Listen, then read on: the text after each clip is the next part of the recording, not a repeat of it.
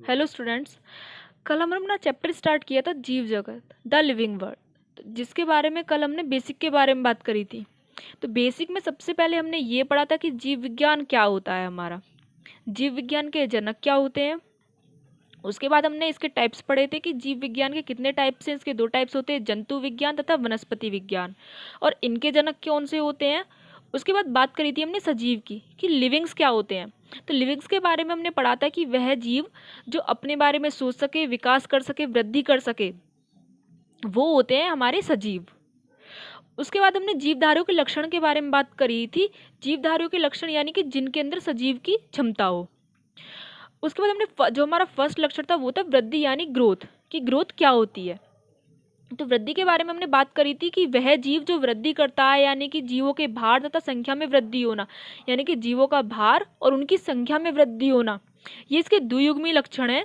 और बहुकोश के जीव कोशिका विभाजन द्वारा वृद्धि करते हैं। पौधों में वृद्धि जीवन पर्यंत होती है, यानी कि कल हमने इस बारे में बात करी थी कि पौधों में वृद्धि कैसी होती है, मनुष्यों में वृद्धि कितनी होती है। यानी कि पौधों में वृद्धि जीवन पर्यंत होती है और मनुष्य में वृद्धि एक लिमिट होती है, यानी कि एक एज लिमिट तक होती है उसकी, वो जीवन पर्यंत नहीं होती, यानी कि एक निश्चित आयु तक होती है। उसके बाद हमने बात करी थी कि कोशिका विभाजन जो होता है वो विशिष्ट ऊतकों में होता रहता है, यानी कि हमारी जो बॉडी होती है, जो ह्यूमंस बॉडी होती है, उसमें कोशिका विभाजन विशिष्ट ऊतकों में होता रहता है, जिससे कि जो हमारी विलुप्त कोशिकाएं उनके स्थान पर हमारी नई कोशिकाएं आ सकें। उसके बाद हमने बात करी थी कि जो कोशिकीय जीव होते हैं वो भी कोशिका विभाजन द्वारा अपनी संख्या में वृद्धि करते हैं, जैसे कि अमीबा। उसके बाद बात करते हैं हम अपने दूसरे लक्षण की। दूसरा लक्षण है हमारा जनन, कि जनन रिप्रोडक्शन जो है वो क्या होता है।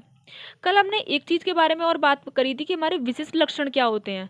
तो विशिष्ट लक्षण वो होते हैं जो केवल सजीवों में पाए जाते हैं। तो वृद्धि के बारे में हमने बात करी थी कि वृद्धि जो है वो एक विशिष्ट लक्षण नहीं है, क्योंकि वृद्धि सजीव में भी होती है और निर्जीव में भी होती है। निर्जीव में ऐसे वृद्धि होती है कि उनके, जैसे कि कोई भी निर्जीव वस्तु है उसके आकार में वृद्धि हो जाना, उसके आयतन में वृद्धि हो जाना, वो उसकी वृद्धि को दर्शाता है, तो उसके लक्षण को दर्शाता है। तो इसलिए विशिष्ट लक्षण वृद्धि नहीं है। उसके बाद बात करते हैं हम जनन की, रिप्रोडक्शन। तो बात इसके बारे में जानने से पहले हम ये जान लें कि क्या जनन एक विशिष्ट लक्षण है। तो जनन भी एक हमारा विशिष्ट लक्षण नहीं है, क्योंकि कुछ सजीव प्राणी ऐसे भी होते हैं जिनमें जनन नहीं होता। उसके बारे में हम अभी बात करेंगे। तो जनन क्या होता है। जनन जीवों का अभिलक्षण है, यानी कि इंपॉर्टेंट लक्षण होता है मनुष्यों का या जीवों का। ये बहुकोशिकीय जीवों में लैंगिक जनन होता है। अब बात करते हैं पहले लैंगिक जनन की, कि लैंगिक जनन होता क्या है।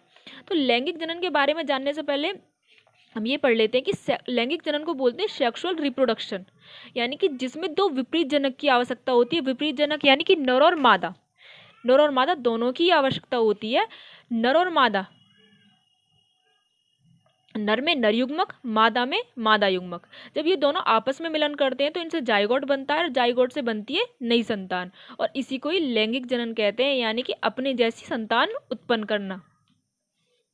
उसके बाद बात करते हैं हम कवकों में लाखों अलैंगिक बीजाणुओं द्वारा इनकी संख्या में वृद्धि होती है। अब अलैंगिक जनन क्या होता है, जब लैंगिक जनन हमने पढ़ लिया तो अलैंगिक जनन क्या होता है। अलैंगिक जनन वह होता है जिसमें एक ही जनक की आवश्यकता होती है, यानी कि जैसे कि यहाँ पे अमीबा का स्ट्रक्चर हमारा दिया हुआ है। अमीबा ने क्या किया कि अमीबा ने अपना ब्रेक करके अपनी सेल में से ही दूसरा अपना जीव सेम बना लिया, तो इसको बोलते हैं अलैंगिक जनन। उसके बाद बात करते हैं कि जो तंतुवत कवक या फिर शैवाल होते हैं उन और मॉस प्रोटोनिमा, ये विखंडन द्वारा गुणन करते हैं, यानी कि विखंडन द्वारा अपना जनन करते हैं। विखंडन क्या होता है, विखंडन का मतलब होता है खंड में टूट जाना या फिर नया खंड बना लेना। जो कि जो नया खंड बनता है उसको स्पायरोगायरा कहते हैं। उसके बाद आती है यीस्ट तथा हाइड्रा में मुकुलन, बडिंग द्वारा जनन होता है। प्लेनेरिया एक चपटाक्रमी है, यदि इसका कुछ भाग खंडित हो जाए तो ये अपने खंडन द्वारा नए प्लेनेरिया का निर्माण कर लेता है। ऐसे भी कुछ जीव हैं जो जनन नहीं करते, जिसके बारे में हमने अभी बात करी थी कि ऐसे भी कुछ जीव हैं इस वर्ड में कि जो जनन नहीं करते, जैसे कि खच्चर है, खच्चर में जनन नहीं होता क्योंकि ये भी सजीव है, इसमें जनन नहीं होता। एक बंदे कामगार मक्खी होती है जिसमें भी जनन नहीं होता। बाकी जनन की डिटेल के बारे में हम नेक्स्ट चैप्टर में पढ़ेंगे। उसके बाद आता है हमारा थर्ड लक्षण, उपापचय, यानी कि मेटाबॉलिज्म क्या होता है। हमारे शरीर में होने वाली समस्त रासायनिक क्रियाएं, यानी कि हमारी जो बॉडी में जितनी भी केमिकल रिएक्शंस होती हैं वो सारी मेटाबॉलिज्म की क्रियाएं होती हैं।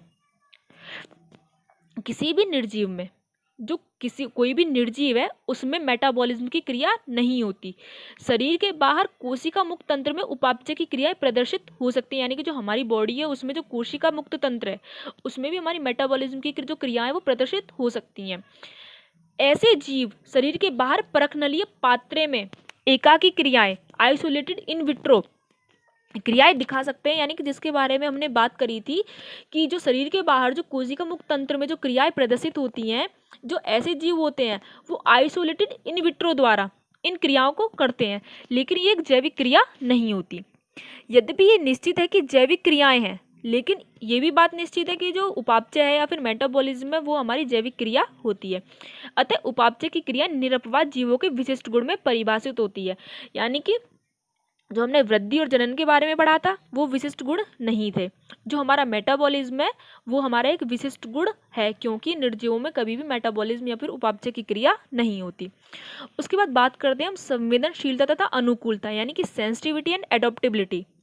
सेंसिटिविटी हमारी होती क्या है? सेंसिटिविटी तो हम सभी महसूस करते हैं, यानी कि जैसे कि हमारे शरीर में कोई भी सुई चुभो देना वो एक हमारी सेंसिटिविटी होती है, यानी कि बाहर की, जैसे बाहर कुछ भी घटित हुआ हो उसके बारे में हमें पता चल जाना, मौसम का बदलाव, ये सारी चीज़ें जो होती है हमें खुद ब खुद पता चल जाती हैं, यानी एक संवेदना के द्वारा।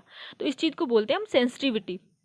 जैसे कि अपने आसपास के भौतिक तथा रासायनिक जैविक पर्यावरण के उद्दीपनों के प्रति संवेदनशीलता तथा प्रतिक्रियाएं, अनुकूलनशीलता सभी जीवों का विशिष्ट लक्षण है। यानी कि जितने भी सजीव होते हैं वो अपने हिसाब से किसी भी चीज़ को संवेदन कर सकते हैं, अपने हिसाब से वो प्रतिक्रियाएं दे सकते हैं, उन्हें पता चल जाता है कि बाहर क्या घटित हुआ है या फिर उनके शरीर में क्या घटित हुआ है, तो ये खाली सजीव ही महसूस कर सकते हैं। इसलिए संवेदनशीलता एक विशिष्ट लक्षण है। जो प्रोकैरियोट्स होते हैं, प्रोकैरियोट से लेकर जटिलतम यूकैरियोट्स, प्रोकैरियोट्स और यूकैरियोट्स दोनों सेल्स होते हैं, जिसके बारे में हम नेक्स्ट चैप्टर में बात करेंगे पूरी डिटेल में। तो उसके बाद प्रोकैरियोट से लेकर जटिलतम यूकैरियोट्स, जंतु सभी पर्यावरण संकेतों के प्रति संवेदना एवं प्रतिक्रिया प्रदर्शित करते हैं।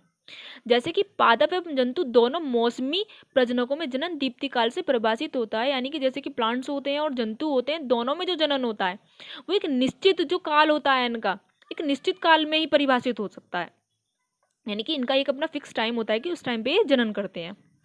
उसके बाद आता है जीवन चक्र, यानी कि लाइफ साइकिल हमारी क्या होती है।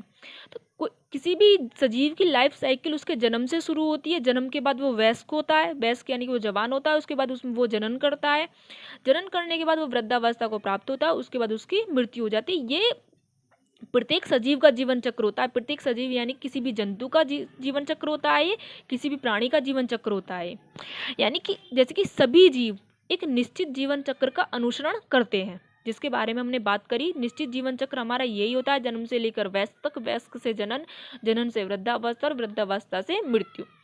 उनका जन्म होता है, वो विकसित होते हैं, यानी कि वो विकास करते हैं या फिर विकसित होते हैं, धीरे धीरे उनमें वृद्धि होती है, उसके बाद वो प्रजनन करने की क्षमता रखते हैं, कुछ समय पश्चात वे वृद्धावस्था को प्राप्त करते हैं और अंत में उनकी मृत्यु हो जाती है।